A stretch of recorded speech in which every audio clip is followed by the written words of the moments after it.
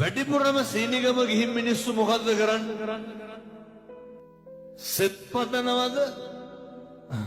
හැබරියම්ම කියලා කියනවනේ. කියනවනේ කකුල් කැඩියන් කියලා කියන්නේ. කොරවයන් කියලා පණ්ඩු ගැට ගන්න. කාටද? මේ බෙදලත් එහෙමද නැහැ.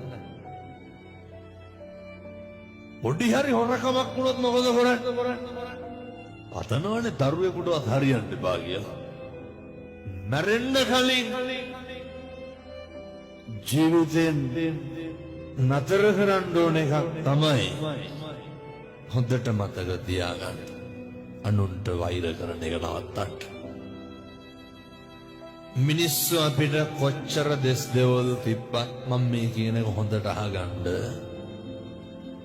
අපිට එදිරිවාදිකම් කරපු මිනිස්සු ඇති නැද්ද? කකුලෙන් නැද බුදවිය නැද්ද? ඉස්කෝලේ යන කාලේ ඉඳන් හතුරුකම් කරපු මිනිස්සු නැද්ද?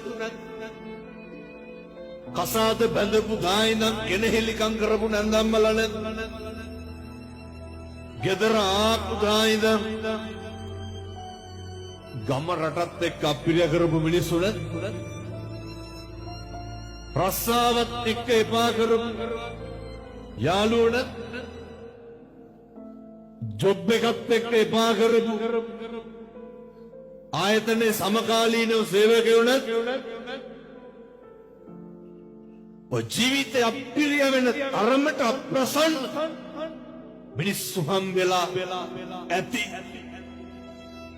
බොහොම කරුණාවෙන් දේශනා කරන් සත්පුරුෂ පින්නතුනි ඔලු තියපු මිනිස්සු ඇති නැද්ද? නැත්ද සල්ලි ඉල්ලගෙන ආපහු දීපු මේ පැතිවල එහෙම නැතුව මං කියන අනිත් පැතිවල ඉල්ල ගත්තාම ටිකක් දෙනවා හොරයි. ඔය සමහරව ඉන්නවනේ කියනවනේ හාමුදුරුවනේ දුන්නොත් දෙන්නේ 500යි. ඇයි ගන්න බැයි නම් දෙන්නේ 500යි. අරගෙන ඕන තරම් දෙන්න නැත්තන්ගේ ජීවිතේට බොරු කියපු මිනිස්සු කොච්චර ඉන්නවද? රවට්ටපු මිනිස්සු කොච්චර ඉන්නවද? එකපාර නෙමෙයි දෙපාර රවට්ටපු මිනිස්සු කොච්චර ඉන්නවද? බොරු පොරොන්දු දීපු මිනිස්සු කොච්චර ඉන්නවද? අප්‍රසන්න කරපු මිනිස්සු කොච්චර ඉන්නවද? බුදුහාමුදුරුවෝ මොකද්ද උගන්වන්නේ?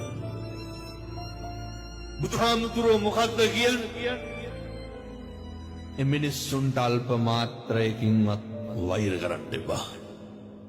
මිනිස්සුන්ට අහිතක් පතන්න එපා. දෝෂයක් නගන්න එපා. ඇයි පින්නතුනේ මෙහෙම කරන්න එපා කියන්නේ? මෛත්‍රී කරන්න පුළුවන් එකම ආත්මය මොකද්ද? බල්ලොන්ට මෛත්‍රී කරේ. මෛත්‍රී වඩන්න පුළුවන් සතෙක් කියමු බලන්න. මොන සතාටද මෛත්‍රී වඩන්න පුළුවන්? මෛත්‍රී වඩනවා කියන්නේ අමුතුවෙන් කරන එකක් එහෙම නෙමෙයි. මැරෙන්න කලින් මේ කැත ගති නවත්තලා මැරෙන්න ඕනේ. හේතුවක් තියෙනවා.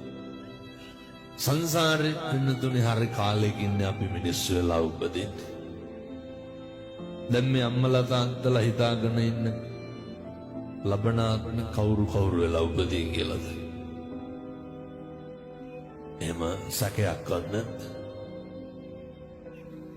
කල්ප ගාන යනකම් මිනිස්සු වෙලා උපදින එකක් නෑ. හේතුව අර බුදුහාමුදුරුවෝ දේශනා කරනවනේ ආනන්ද හාමුදුරුවෝ.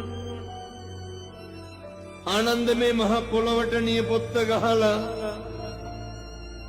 වැලි ටිකක් ගත්තාම ඕකේ රැඳෙන්නේ කොච්චරක්? ඒ වගේ බොහොම පොඩි ප්‍රමාණයක් පින්නත් මිනිස්සු වෙලා උපදී. කල්ප ගානක් යනකම් ආය අපි මිනිස්සු වෙලා උපදින එකක්. දැන් ප්‍රශ්නයක් තියෙනවා. මොකටද මිනිස්සු වෙලා උපදින්නේ? ගැටලුවක් තියෙනවා. මේක ඉතින් තේරෙන්නේ නැහැ හොඳ.